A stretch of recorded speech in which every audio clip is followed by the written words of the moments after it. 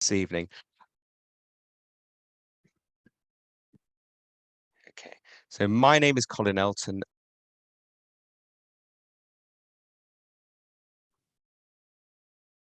Colin, you're muted.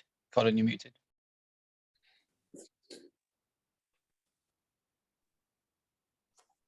There you go. I'm going to start again then.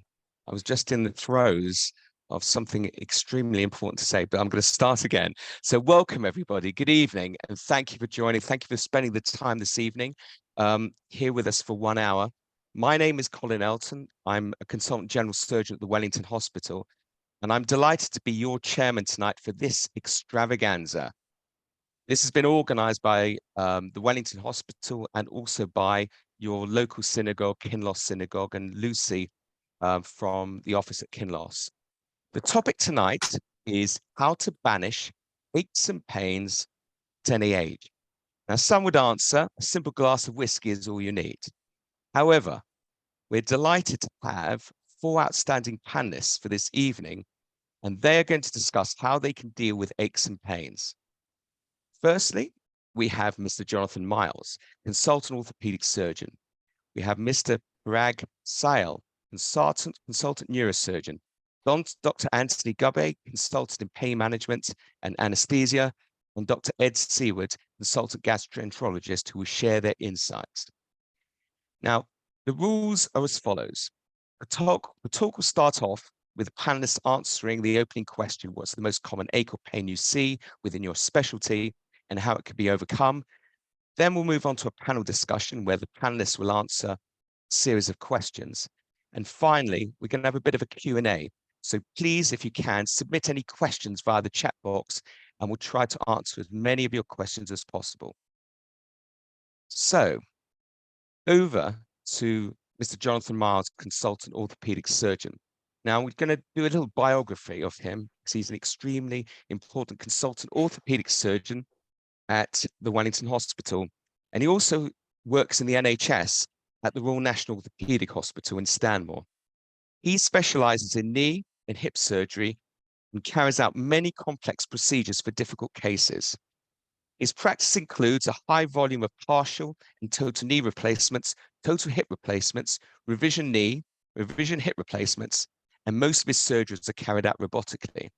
So it seems most of us are going to end up under his care at some point in the future. Anyway, Jonathan, please tell us what's the most common ache or pain you see within your specialty and how can it be overcome?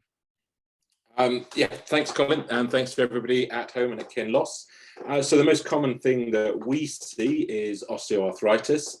It's a long, fancy name. All it basically means is that the smooth lining on your joints, the articular cartilage, is wearing out. It's a phenomenon where the few millimeters of this quite specialist, very, very smooth gliding surface is missing. It happens generally over a course of months and years, and traditionally it happens with advancing age.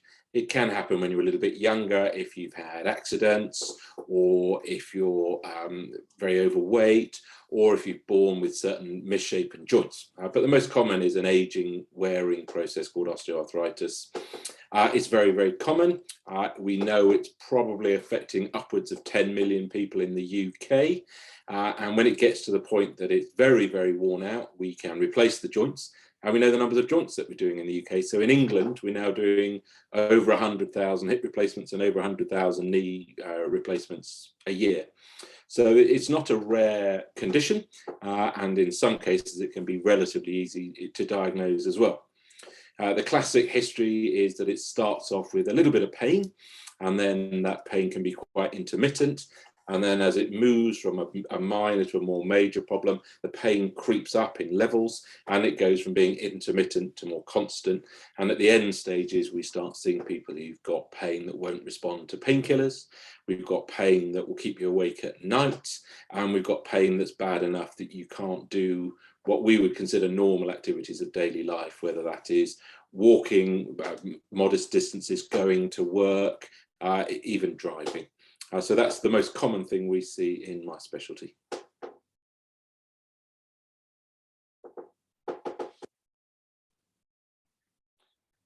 We're on mute again, Colin.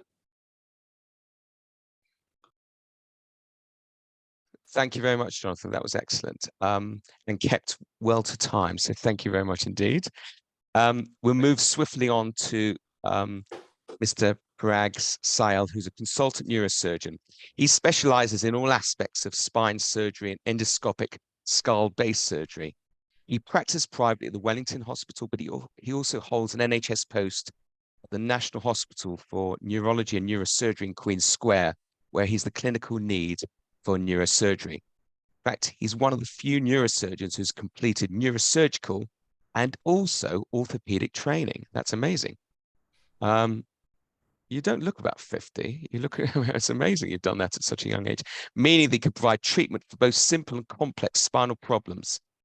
His focus is mainly on minimally invasive surgery and robotic spine surgery. So, Parag, could you answer the same question? What's the most common ache or pain you see within your specialty and how to overcome? So firstly, thanks for the opportunity. So I think I would have said two things that we see most commonly. I'm going to focus on one of them. So we see a lot of patients with back pain or sciatica, but then also a lot of patients with neck pain. So either or, but they are sort of interrelated because it's all in large proportion of patients. It's a process of wear and tear. So I'm going to focus more on back pain and sciatica because let's be honest, it's very common. If you were to look at it, if you were to, we were all going to live to our 80s, it's 100% certainty we're going to get it at some stage, either back pain or sciatica or both. So it's extremely common. In the vast majority of people, it's nothing to worry about because let's be very honest, in the vast majority of people, a doctor is not going to help you. Time's going to help you in the first few weeks. But once it starts going beyond a few weeks, that's when you want to start thinking about. Sorry, please, could you hold the microphone a bit closer? I can't hear you clearly. Can you hear me now? That's better, thank you. Yeah, sure. So as I said, time does the trick in most people. But I think the first thing to figure out is when someone has back pain or sciatica, is there something serious going on that needs more urgent action, which means that it isn't just normal wear and tear where the spine is sort of getting older. Is there something more sinister going on? And there are certain things to watch out for, and we'll probably talk and cover that in a separate part of the discussion. Is there something more serious? And if it's something not more serious, which means it's normal wear and tear that's going on, then what do you do about it? And again, we'll touch upon the aspects of that later. But the most important thing I would talk about back pain and sciatica is prevention, which we don't always sort of talk about because we're seeing patients at a stage when they've got a problem. So how do you prevent these problems? And the first thing I would say is posture and weight loss. So anytime we start getting overweight, an excessive amount of strain goes through the spine. The spine has to carry our entire body's weight. So do the knees and the hips, and they start to wear out quicker. So and it's never too late. So if someone is already sort of in a position that they've got wear and tear, still weight loss is going to help. And weight loss, I get told it's difficult because exercise is difficult when you have pain, but I always say weight loss is 90% dieting, posture, carrying on with activities, and most importantly, bone health. So whenever someone has aches and pains, please do not forget to assess your vitamin D levels, check your calcium levels, just make sure that the bone is in good health. And if you've got vitamin D deficiency, which is a very simple blood test through a GP, it can be addressed through very simple tablets. So I think prevention in the first place. But if you've already got wear and tear and you're getting back pain, in the first instance, simple painkillers, a paracetamol or an ibuprofen, simple stuff, carry on with your activities for the first few weeks. But once it gets beyond the point where it's starting to interfere with quality of life after 4, 5, 6 weeks, that's when the doctors come in. And that's where either you could see a local physiotherapist or you would see a surgeon, but quite often it's a collaborative approach between a pain consultant, a surgeon, and a physiotherapist. So I think that's what I would sort of in a nutshell say about back pain and sciatica. Thank you very much, Parag. That was excellent, and particularly the last sentence, which leads us on very beautifully to Anthony as well, about this collaborative approach. And I think that's an extremely important, because I know that we send lots of patients to for pain management, So Dr. Anthony Gubbe is a consultant in pain management at the Wellington. He also holds an NHS post at the Royal Free Hospital, where he's currently the clinical lead of the pain department. So Dr. Gubbe's background is actually in anesthetics. He still practices and is proficient in several interventional pain procedures, from epidurals to trigger point injections. However, when he's not with patients, he enjoys teaching and gives frequent presentations such as these to other healthcare professionals. So, Anthony, I'm going to ask you the same question. What's the most common ache or pain you see within your specialty, and how can it be overcome? Okay, thank you, Colin. Can you hear me firstly? Is that okay? Can everyone? Yes, we can. Sounds nice and clear. Fantastic. So yes, following on from Parag, it's actually quite a good topic to talk about. I see a lot of the most common pain that we see in the pain service is generally spinal pain. It's more of a degenerative picture, as Jonathan was talking about before, an arthritic picture, mostly age-related, usually in the neck, sometimes in the neck, usually in the lower back. And we'll also see spinal pain, which is, like Parag was talking about, nerve pains which have been compressed, or something along the lines, maybe some sciatica, but usually not amenable to surgery. How do we deal with these patients? So the reality is that there's slightly an anomaly with what the topic is, because it's how do we banish these pains? In pain management, it's exactly what it says on the tin. We're not trying to cure the problem, we're trying to manage the problem. And a lot of the time it's about self-management, trying to lead patients towards better self-management. How do we do that? Well, we try to reduce the pain, the intensity of the pain, with certain techniques, certain interventions, etc. We're trying to improve quality of life. And it's important that patients recognize, the patients who come with their spinal pains, the degenerative pains, etc., that we're not aiming for that cure. We're aiming to try and help them live better, function better, have less pain intensity when they're going to bed at night time, when they're trying to walk around, when they're trying to do different activities. And so therefore, one of the biggest things we try and do is make patients understand the reality of the situation and get them to accept the actual pain that they're in. And therefore, they can be amenable and engage with pain management. And then the other aspects of pain management include both the biological treatment of pain. So in theory, you're looking at medications and interventions such as injections, as Colin was saying before. And then we're looking also at the functional work, the physical therapies, not just going to a physiotherapist and doing some exercises, some stretches, but actually much more involved, some Pilates, yoga, those sort of things. Try and get yourself more, your body more supple, as it were.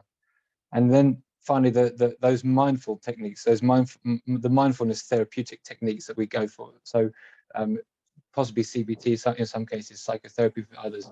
It depends. But ultimately, we're trying to have a global approach for your pain management, in that the biological, the psychological, and the social aspects of the pain. So again, it's not necessarily about banishing that pain, getting rid of it completely, which we would love to do, but it's more about the reality of trying to deal with that pain on a daily basis. Brilliant. Thank you very much indeed. There'll be a question I'm going to ask you, Anthony, not now, but at the end from the audience, but I think it's specifically aimed at your specialty. So over to Ed Seaward. So Ed Seaward is a consultant gastroenterologist at the Wellington Hospital. He's also director of endoscopy at University College London Hospital and specializes in colonoscopy, polyp removal, and runs both inflammatory bowel disease and general gastroenterology clinics. So his research interests currently include early, non-invasive diagnosis of bowel cancer, colon capsule, and the use of artificial intelligence in the lower GI tract.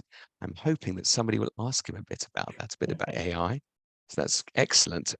So Ed, over to you. How do you, sorry, I'm going to ask you the same question. I hope you don't mind. So what's the common ache or pain you see within your specialty, and how could it be overcome? Thanks, Colin, and thanks to the Kinloss Synagogue for the invite tonight. So about 3/4 of the patients I see have got irritable bowel syndrome. So that's the commonest thing I see. And typically that presents with pain in the abdomen. It can be anywhere within the abdomen. And usually there's a sort of windy characteristic to that. So people will describe bloating, they feel uncomfortable, they might be burping, there might be flatulence. There's often, but not always, a change in bowel habits, so either constipation or diarrhea, or a bit of both, a sort of alternating picture between constipation and diarrhea. And although it's got a very typical presentation in when people are younger, sort of in their 20s and 30s, it can come on at any age. Of course, the older people get, the more we want to exclude other conditions that we're more concerned about, like the possibility of cancer. And so the way that we approach the patient changes depending upon really how old they are. In terms of management, it's usually a combination of either diet or stress, and sometimes it's 50-50 and sometimes it's 90-10. In terms of dietary triggers, wheat or dairy are the commonest, but it can be anything, and we'll often talk through what we call a food exclusion diet, where we get people cutting things out for a couple of weeks at a time to see if we can identify any food triggers. Often people will try over-the-counter medication like Buscopan or peppermint oil capsules to help with their sort of windy discomfort, and they're fine. Diet works in about 70%, medication works in about 1 in 3, so often medication is less effective. Very important to look at stress. IBS is really a sort of holistic thing, so we do encourage people to think about that. And we've already heard Anthony talk about mindfulness and things like that, and that's definitely worth pursuing. And then often people ask about probiotics, and although they should work, because there is evidence that having the wrong sort of bacteria in the wrong part of the bowel can contribute towards IBS symptoms, unfortunately, as is ever in life, often the situation's a little bit more complicated than that. And so probiotic response is often poor, which is a shame, but it's a sort of area of active research. Thank you. Thank you very much, Ed. That's excellent, and we'll obviously come back to you later. It's just a plea to the shy audience. I've only received so far one question from the audience, and please, we're very happy for you to send in on the chat box some questions. We just want to sort of grill these expert panelists as much as possible. So I'm going to go to the set questions, sort of a bit of a panel discussion, if that's okay. And I'm going to ask basically, how do you reduce the chance of getting problems with pains and aches in the winter, Jonathan? Yeah, thank you. So there's a few aspects of that. The first, there's what's sometimes been considered an old wives' tale, that when you have osteoarthritis, you can tell when it's getting damp, and you can actually feel more pains and feels into your bones. It's not really an old wives' tale. We've established it's there. We don't really understand exactly how it happens, but a lot of people who have osteoarthritis will get more pain in the winter, and we've looked at a few factors involved in it. One of the most important ones is there's a bit of a tendency to shut yourself away a bit and be a little bit less active. So your muscle power comes down a bit. And your muscles, as well as moving your joints around, they share the load of the joints. So if your muscles are strong, they actually protect your joints and help your joints to work better. So the important muscles in terms of your hips are the muscles of your backside, your gluteal muscles.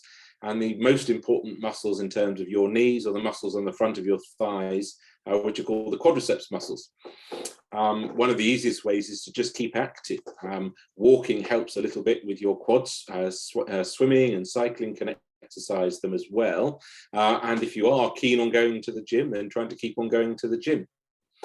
If you're a bit nervous about going outside and doing some exercise outside, there's some little tips and tricks you can try. It can be a bit wet and miserable, and sometimes if you're getting a little bit older and mobility is difficult, even just going out to a shopping centre and spending a few laps going around Brent Cross or something like that, just to get those muscles working, can help. The other thing is accepting the fact that there's some pain there and trying to manage it, much as Anthony suggested. So using some painkillers if they're safe for you to use. Simple paracetamol has always had a bit of a bad rep because it's a bit cheap and easy to get hold of. It's a good starting point, and it's certainly one that for most people without liver problems you can try. Traditionally, there's a group of drugs called anti-inflammatories, which work a little bit better for arthritis pain because they deal with some of the inflamed chemical pathways that cause it. The most commonly known is ibuprofen. Again, it's fairly easily available. You don't need a prescription for it. That can work very well. The one proviso for that is you don't want to end up in Dr. Seward's clinic. If you do have problems with your gullet, your esophagus, or ulcer problems, then that may not be the right treatment for you. And then there's a lot of information around at the moment about things that are supposedly going to help. So you may have heard of glucosamine or chondroitin. We see various other options available, ranging from herbs and spices to olive oil being rubbed on. There's been lots of investigations looking at them. Sadly, to date, we haven't found any that are particularly useful. And then the final options, aside from coming to me and having surgery, is we can try and block the pain locally by using injections. So the most commonly used ones are steroids, which are like a very strong anti-inflammatory that lasts for some months in your joint, rather than a painkiller that works for a few hours. There are a few other types of injections that work like a lubricant, such as hyaluronic acid. So the way I think of it is sort of like a ladder, really, starting at the bottom, a bit of exercise, maybe avoiding things that are really triggering your pain. Next up, maybe some physiotherapy, some painkillers, then injections, and then right at the top, the sort of things I do where we're ending up in theatre with me and a robot and trying to put new surfaces on your joint. Jonathan, can I just ask you finally, if the patient does come to you, I mean, it used to be that patients used to stay in for a long period of time after hip replacements or knee replacements, and you're getting them out much quicker and they're rehabbing much quicker. Can you sort of give the audience sort of a sort of an idea about how long they stay in hospital, what's their recovery? Yeah, sure. Yes, I mean, traditionally it's been seen as a very, very major procedure, but we've managed to refine it in lots and lots of different ways between the surgeons and the anaesthetists over the years, and the nurses and the physios as well. So we're now quite able to secure these straight away, so you can put your weight on it straight away, whereas traditionally, certainly when I started, you'd be on crutches and not putting full weight on your joints for 6 weeks or so. You can bend and straighten them straight away. We've changed some of the anaesthetic techniques, so we actually block specific nerves that cause the pain around the joint. We can block them very specifically. So actually the majority of time when people come round from the general or the spinal anaesthetic epidural wears off, they're not in too much pain. And then with things like robotics, we can actually, we reduce the amount of soft tissue damage, because we can actually control areas where the blades won't cut, and we can miss out areas that could potentially be damaged. And we're also taking away a little bit less bone, and we're not having to put rods inside people's bones to measure the angles of them. So actually there's literally hundreds of different things that have improved. So now our average length of stay is down at around about 2 days for people who are fit and healthy, up to 3 days or so if people are moderately unwell, if they've got histories of problems with kidneys and things like that. And it's rarely much more than that, unless we're dealing with people who've got severe, other problems, maybe heart problems or other joint problems as well. We're increasingly, certainly in the NHS, looking at people being done as a day case procedure. So if somebody's very young, fit, healthy and motivated, we try and do them first thing on the list. And if they've got somebody at home with them, we can actually let them go home even after a total hip or a total knee replacement on the day of surgery. Amazing. So, Parag, can I just ask you, there's so many different diagnoses to differentiate for back pain, but when somebody has new back pain, is this something that they should worry about? What should they do? So okay, firstly, as I said earlier, back pain is very common. Don't worry about it. But what we talk about, something known as red flags. So something that's screaming out that this is something more serious. And what I would always advise someone is if you're getting back pain, what are the 2 serious things that can cause back pain? In 99.9% of people, back pain is not going to be something serious. It's going to be wear and tear. But very occasionally, it could be a spine infection, or very, very uncommonly, but it is possible, there will be a tumor or something else in the spine. So what should you watch out for as a red flag, and seek help much earlier rather than just sitting on it and saying, well, it's going to get better with time? I think if from an infection point of view, if you're losing weight, if you're having shivers, if you're having a fever, if the pain is present even without movement, so you're lying down in bed, most people who have wear and tear pain, when they're lying down in bed, they go, well, I feel better. Whereas you're here getting pain even when you're lying down, turning around, your general health is deteriorating, you're losing weight, or you're getting other things happening, like, for you feel a lump somewhere else in your body or even on your spine, or touching your spine in a particular area is very tender, quite exclusively so, not a little bit, then those are red flags and you need to seek help earlier. Otherwise, your back pain is generally a wear and tear related back pain. It's all about sort of getting older. The other thing is it's more common in the UK, say, compared to the tropical countries, is a lot of us have vitamin D deficiency problems, which we don't recognize. So as we get older, a lot of us get weaker bones, our bone density decreases, and osteoporosis. So occasionally, even the most minor bit of a trauma, so a little bit of a slip, you and I wouldn't think much about it, but that causes a bit of crunching of the bones and that causes pain. And if that sort of happened, then maybe seeking help earlier is better. Thanks, Bragg. Can I just ask you, because there are loads of people who say, I've got sciatica. And I even see patients who tell me, when they've come to me for let's say a hernia repair, actually I've got pain also going down my leg, and I've got also, and I've got sciatica. But when do you cross the line and say, well, actually those patients should have surgery, and which patients do you say, well, actually no, these are the ones that you should try and treat conservatively? Do you have sort of an idea? I mean, just give us an idea about your thought processes. I think firstly, so you need to first check with the patient what they mean by sciatica, and we all use different things for different things. Some patients will tell me I've got back pain, and when I ask them where it is, they might point towards the neck, and actually we all have. So first, it's sciatica. We really check out whether actually sciatica is true sciatica going down the leg. Is there numbness? Is there weakness? So all of those things. And coming to your question of where do you think about treatment, about surgery or not? And firstly, just because we're surgeons doesn't mean we're going to try and rush into surgery. In fact, the basic first thing we'd like to do is, what is the reason we're getting the sciatica? And you get a simple MRI, occasionally you get an X-ray, and you find out what the problem is. And in 99% of people, sometimes a nerve is pinched because of a disc problem.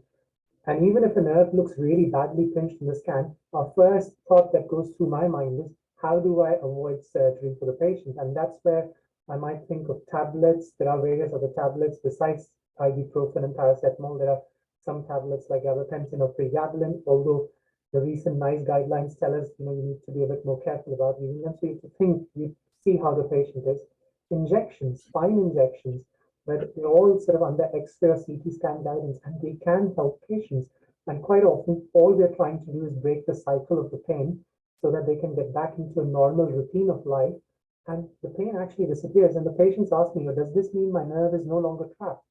Well, actually, if I scan you, your nerve may still be trapped, but you don't feel pain. And if you don't feel pain, why should I start, putting a knife on your back? So injections first. And then if the injection hasn't worked, or there are certain patients where injection doesn't work, or they're in so much pain that they kind of go, no, I want a final proper solution, we kind of think of surgery earlier. But the one thing I always want to, if someone has weakness in their legs, not just pain, weakness, and a lot of numbness, that means the nerve is not just being pinched, it's actually being damaged with it.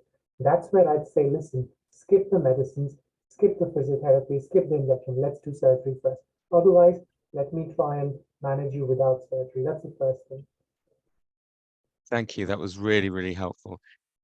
Anthony, so over to you. I have to admit, sometimes we have patients who present with us with chronic pain, and we think, what are we going to do with these patients? And we end up by referring them to yourselves, because it seems that's the way out, really. But I have to admit, even for myself, and I'm sure there are other clinicians that actually don't really know the success rate. We always tell them, oh, they're going to have injections, don't worry, it will help. We don't actually know the success rate. Please enlighten us. So, in terms of just injections generally? Yes, pain management Okay. injections. Yeah. I think it's a really good question, because a lot of patients come to the clinic and they want an injection. They've heard from somebody that an injection has been helpful and they want to go for the injection. And the reality of the situation is that sometimes injections can be 100% effective to completely ineffective. And it does depend. And there's a few things to note within that. Firstly, we're looking at the actual duration of the effectiveness. So if somebody turns around to me and says, I've had 100% effectiveness from that injection, but it only lasted for 2 days, obviously that in itself I wouldn't say that's effective to somebody compared to who says, I've had 50% reduction of pain, but it's lasted for 5 months. That is more effective. But then it also comes down to the patient's expectation as well. Because if the patient's expecting to have 0 pain after the injection and they only get 50%, is that good enough for them? So there's a question, there's a balance between actually doing these injections, how effective the patient feels it's going to be and how effective it actually turns out to be. And finally, from that perspective, it's also about how I've perceived the injection. If I'm going to do a set of injections, spinal injections, let's say, for a patient who's got quite bad degenerative pains, facet joint arthritis, they've got scoliosis, and it's a sacroiliac joint pain, and I do a whole set of injections. I'm not looking. I'd be very surprised if I get 100% effectiveness for 6 months. The likelihood is I'll get 50% of reduction for three to 6 months. Whereas if I'm doing scar tissue injections or a set of scar tissue injections for some persistent post-operative pain, I'm looking more for the 100% mark over a period of time, for a prolonged period of time. I suppose the rule of thumb, though, is that we're looking roughly for around 50% reduction of pain for a good period of time. That's a kind of global view. But actually, again, as I said, it depends more about what the patient expects, what I'm expecting, and how long that effectiveness lasts for. I mean, we do lots of different joints. Lots of different injections. We do joint injections. I do knee injections. I do spinal injections, large and small joint injections. We do lots of nerve injections. So it might just be peripheral nerve or spinal nerve injections. I do complex nerve injections as well. So autonomic nerves, sympathetic nerves, celiac plexus blocks, those sort of things. We do scar tissue, and we do muscle injections as well. And actually, just to relate to that, Jonathan talked a little bit about muscles before. Muscles are very important. I think we forget how important our muscles actually are. And when patients come to us, a lot of the pain they're getting sometimes comes from the muscles. And actually, it's not given enough credit, because we're looking for that specific diagnosis. I think Parag has also probably seen a lot of patients along the way who've got spinal pain, but it doesn't actually equate to anything on the MRI. And actually, then you find that actually the nerve is being squashed somewhere along the line with the muscle, for instance, a piriformis muscle. So there's various injections we do for the effectiveness, and various types of injections we do as well. Does that answer the question? It does. Thank you very much. Exactly. Just want to ask you one final question, if that's okay. Sure. People talk about alternative therapies. I know you mentioned that for pain management. Are they worth trying, or do you see them as complementary, or do you think, well, actually, we do them after injections? Where do you see those alternative therapies? That's a good question. So I don't have any issue with alternative therapies. I myself do acupuncture for patients as well. I think they have a role to play. The problem is that the evidence isn't great for the physical therapies out there, the physical alternative therapies such as Reiki, such as acupuncture, massage, etc., or for the mindfulness ones, the hypnotherapy, the aromatherapy, sorry, etc. And so patients tend to, or clinicians tend to say or poo-poo them. But actually, in the pain management world, we see a lot of anecdotal evidence, a lot of individual evidence that they work. So ultimately, what we say to a lot of our patients is try, and if you find that it's helpful, continue. Obviously, if you find that it's unhelpful, don't continue. And if you don't find there's any effect, then stop. But there is potential for some of these alternative therapies. Some have some evidence. For instance, acupuncture has some evidence in headaches, in migraines, in some muscle diseases. But it's about finding what works for you, again, to try and reduce that impact that it has on your quality of life. Thank you. That's excellent. Ed, so there's a real problem with differentiating symptoms when people come to you, and obviously people are worried they've got cancer. But the thing is that in North London, particularly, everybody's got IBS. they say, I've got IBS. Even if they've never been diagnosed, they say they've got IBS.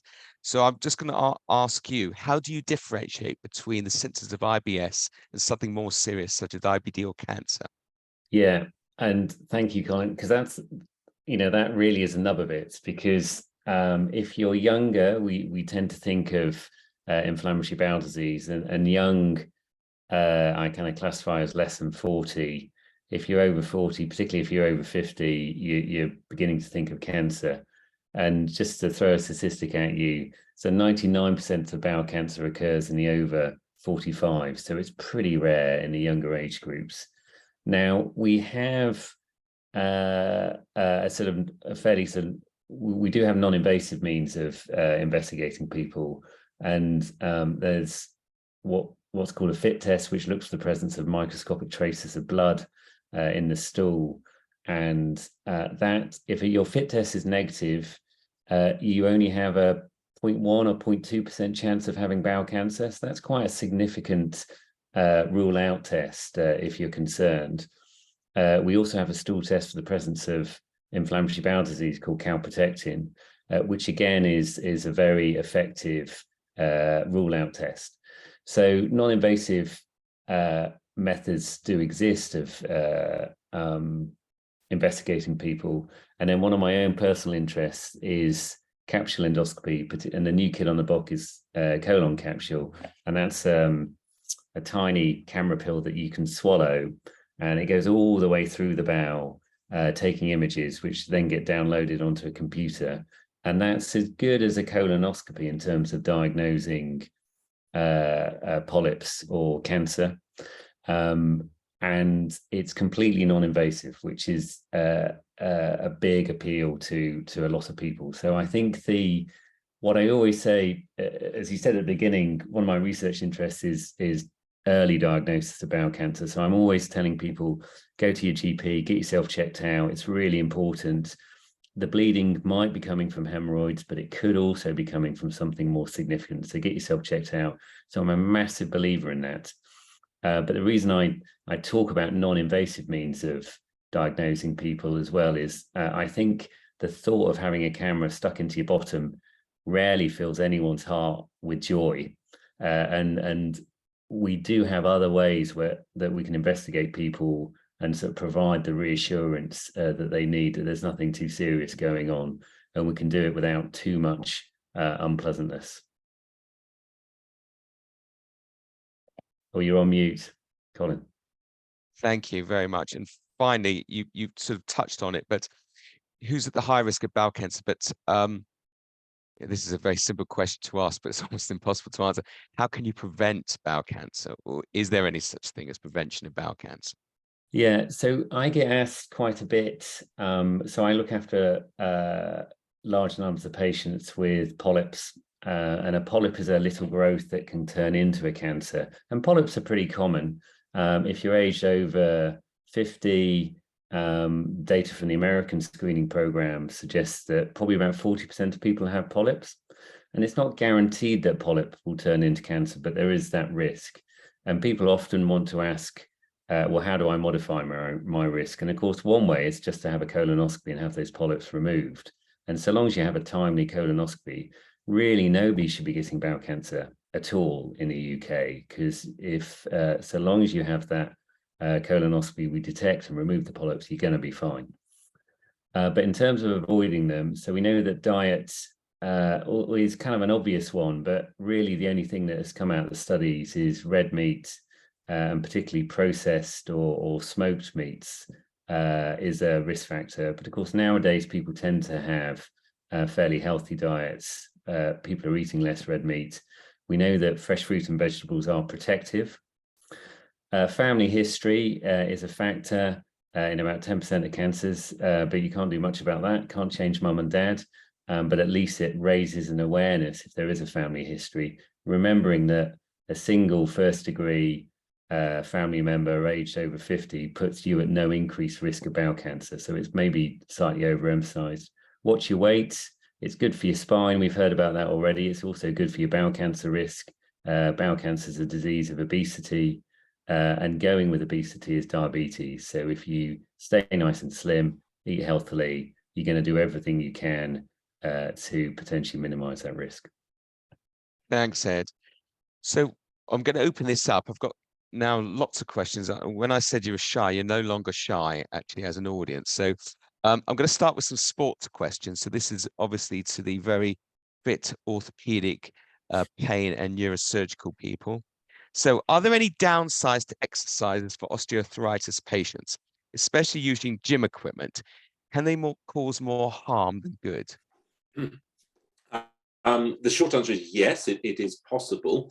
On balance, they're normally good for you. If you've got established osteoarthritis, i.e. you've got joint pain and you know your joints are wearing out, then low impact exercises can be good. And that does actually include weights and resistance training. By impact, we mean your foot potentially banging into the floor or something like that. So things along the lines of jogging and running. If you've got osteoarthritis, may not be a great plan. If you haven't got osteoarthritis and you've got healthy joints, then jogging and running can be a very good form of exercise because it keeps your muscles better. So there is a balance. If you've got joint pain, then it can be a problem. If you are using gym equipment, then it's important that you know how to use it properly. The gyms these days all have good personal trainers, instructors, and if you're not sure, then get them to show you. And if you're doing exercises that are causing pain more than sort of 5 or 6 out of 10, or you're still in a lot of pain in your joints, not in the muscles, by the time you go to bed, or you've got swelling in your joints the day after you've done your exercises, then something's not right. And you need to look at the technique, the repetitions, or the forces that are being used for those exercises. But in general, sport done properly for the right people in the right way is good for your joints. Okay, so there's a similar question. It says, I'm 70 plus, in good health. Legs are one of strength, considering joining men's 50 plus football. Gosh. Comments, as not done specific sport in 50 years. Can I do more harm than good? And Are we talking about walking football? Are we talking about proper running football? they didn't, because there's. I think they didn't mention it's 50. That's a good question. Actually, you can answer that, Anthony. I mean, I would, concur with what Jonathan said about the fact of exercise.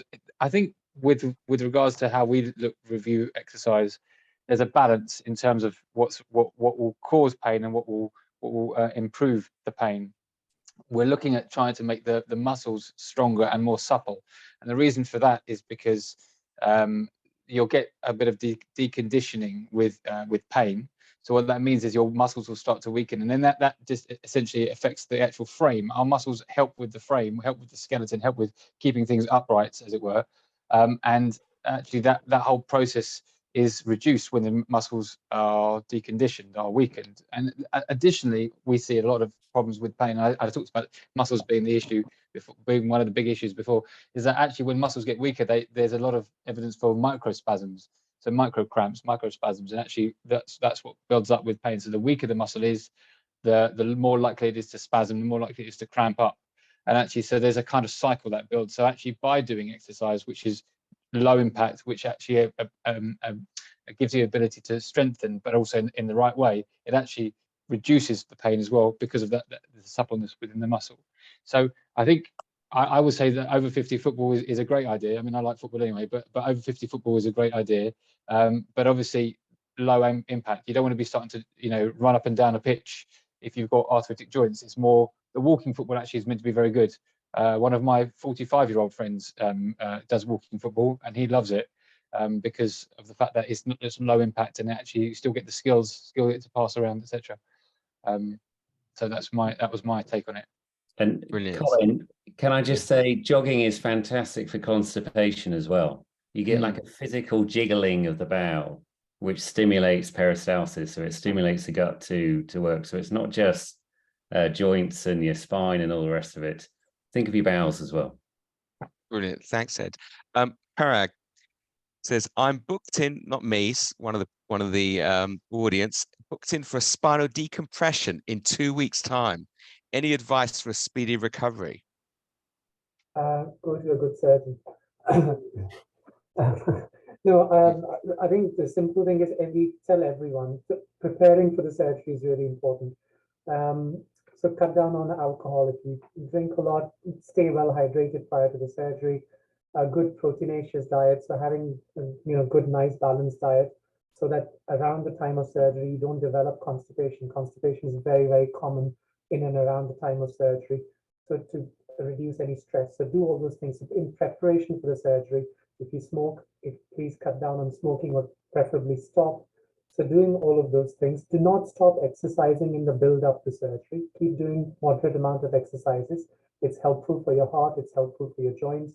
Because for the first few days after surgery, you won't be exercising as much because of partly you'll be scared, partly there'll be a bit of pain, partly someone will tell you not to. So in the lead up to it, keep doing. And then you start, once you've had the spinal decompression surgery, engage with the team, ask them actively questions about when can you get back to doing the things that you want to do, and do it in a graduated manner. By that, I mean, in the first few days, walk around as much as you can. Then a few days later, once the wound is healed up, you can actually ask them, when can I go back to simple activities like swimming? Actually, swimming is really good for the spine.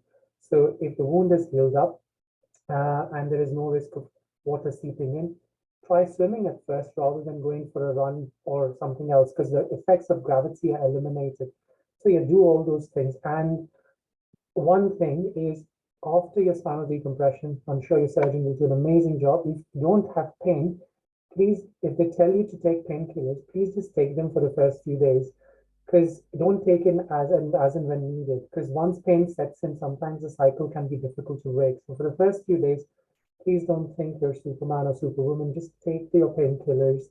Once, as the days go by, as time passes by after the surgery, gradually the need for painkillers will reduce anyway. Can I just add one thing to that, just with regards to the medications? Just in terms of preoperative, with my anaesthetic hat on, there are some medications that you should stop, and there's some you should continue, and often patients get confused. So it's just being clear about which ones your pre-op assessment have told you to continue. And once you've stopped, generally we would stop any type of drug that will cause bleeding. The surgeon would not want to do an operation when you could bleed, when you have an increased risk of bleeding. Those are the big ones, but also blood pressure tablets, those sort of things that we usually continue those medications, except for one or two others. So just a bit of advice in terms of preoperatively, just making sure you're assessed and optimized, but continuing some of the medications that you should be, and stopping some of those that you shouldn't. Okay, thank you. Dr. Seward, you mentioned probiotics in the bowels. It says, I have a sweet tooth, but want to keep my weight down. Have you any experience of sweeteners, example, Truvia? Do they cause problems? How much is a safe amount? So, probiotics, it's a little bit like what we were talking about before in terms of by all means, give them a go. And they will try and persuade you. Often they'll ask you to buy a 3-month course and give that a go, and only pack it in after 3 months. 3 months is a long time, and they're quite expensive. So I don't have really any problem with any probiotic. For me, they are much for muchness. There are subtleties within probiotics, and there are specific websites that you can access that allow you to try and make a sort of informed decision about which probiotics are best for which sort of symptom. And I guess we can probably circulate a web address if that's helpful later on. But in general, it doesn't matter to me. Most people, the common ones that people try are things like Simprove or VSL3, but there's lots and lots of different ones, and it's quite hard picking apart all the various amounts of data. But I give them a go and see what you think. And if you think they help, press on with it. If you don't think it helps, knock it on the head, because it can be expensive in the long term. Thank you. So this was the first question we had. We said, I have worsening osteoarthritis. This is probably to Anthony. I have worsening arthritis. I've had enough of surgery.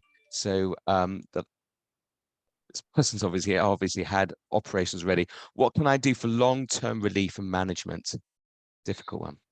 It's a difficult one. Basically come and see me in clinic is one of the ways to do that. Essentially, as I said before, you've recognised that surgery is not an option for you, and so now you need to look for another option. Your condition is something that you've by the sound of it accepted. Now we need to try and find ways to be able to help you manage that. So we would turn to medications and interventions to be able to try and reduce some of the pains you have, trying to reduce the intensity. Sometimes we have to repeat those those interventions. Sometimes we have to change the medications, but it's about trying to get you to your intensity of pain to a better degree. And then we also look at the functional and the psychological aspects of the pain, how it's affecting you, and see if we can help with those as well. It's a big question because the pain management, a pain management consultation takes up to an hour because we go through everything with you and we try and work out all the different aspects of how we can help your pain. And we have within the pain service here, we have physiotherapists, psychologists, nurses, occupational therapists. We have a whole bunch of people who are all here willing to help. And so it's come and see me. That's the option. Okay, no, I agree with that. So hopefully that answers that person's question. And it's on a unusual, different or similar line. Does glucosamine help with knee pain? Yeah, that's a very good question. So we've looked at big studies. We've looked at data on over 100,000 people in terms of glucosamine. We found that it doesn't grow the articular cartilage back, and we haven't found evidence that it will actually slow down the osteoarthritis happening either. It's incredibly difficult because we don't know when we see somebody, give them some glucosamine, how much arthritis they would have in 5 years' time. It doesn't always progress in nice sort of simple measurable amounts each year. It doesn't do any harm. It is a building block of osteoarthritis, but the pharmaceutical companies have looked very hard for any benefits of it, and we certainly can't prove any. I've got patients who take it orally. Boots now do it as a patch, which I'm not really sure. I don't see how we can absorb glucosamine transdermally, so I can't claim to be a big fan of that. It doesn't seem to do any particular harm. It's probably analogous to the probiotics. If you've been taking it and you feel that it helped you, then that's great. It's not going to do any harm, but we've looked very hard and very scientifically for statistical evidence, and so far we haven't found any. Okay, thank you. So this is going to be the final question. This is interesting one. So is physio and osteopathy equally effective for pain control and lower back or neck issues? And when would you choose which? So Parag. Physiotherapy versus osteopathy, I'm not sure if that's the question versus or whether physiotherapy by itself is quite helpful. So I think I'm just going to borrow some of the concepts that Jonathan and Anthony said earlier. It's all about the muscles, because what is unique to human beings compared to other animals is we stand upright. And because we have to be upright, our muscles are like slings. They're literally trying to pull us and get us to stay upright or sit upright, for that matter. So the muscles are actually supporting the spine. So if,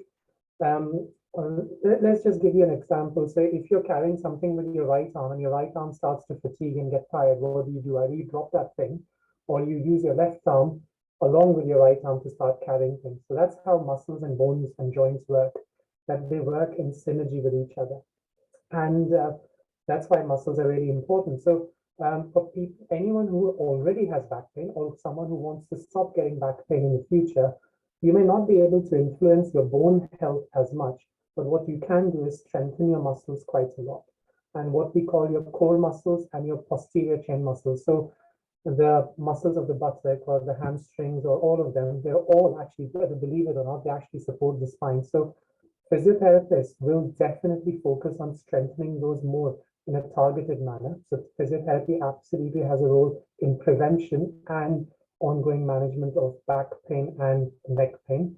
But besides that, what they also try and do is, back pain is not just exclusive to back problems. What you find is a lot of people with back problems have tight hamstrings, they have hip joint problems, they have other problems, and physiotherapists would sort of bring all of these things together, try and manage all of these things together for you, so that you're just not just a back problem. You're actually dealing with all of those things.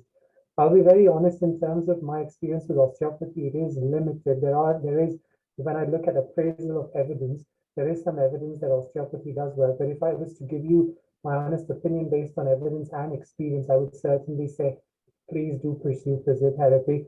Physiotherapy will not reverse your wear and tear. It will not always take away your back pain. It will help you manage it much better. It will allow you to function much better within the limits of your pain. Thank you very much. That was very, very helpful. So I'm going to close the talk for this evening. Thank you very much indeed. We've had a large amount of attendees from the audience, and I'm very grateful for all the questions you've asked. I apologize if I've missed a couple of questions out. It's really time constraints. I'd like to thank Lauren Culver from the Wellington Hospital for basically bringing this together with Lucy from the Kinloss Synagogue. Thank you very much indeed, Lucy. I'd also like to thank our panelists. So we've got Ed Seward, thank you very much indeed, gastroenterologist, Anthony Gobby, pain anaesthetist, Jonathan Miles, orthopedic surgeon, and Parag Sayal, neurosurgeon. And obviously, if you'd like to see any of these specialists at any point in time, please, if you either contact Lucy at the Kinloss Synagogue, or she can give details directly and can arrange any referrals that are necessary. So, and I'm Colin Nelton, surgeon and chairman for tonight. Thank you very much indeed. Good night. Good night. Thanks, Colin. Well done. Thank you. Everybody. Thank you very much. Very interesting.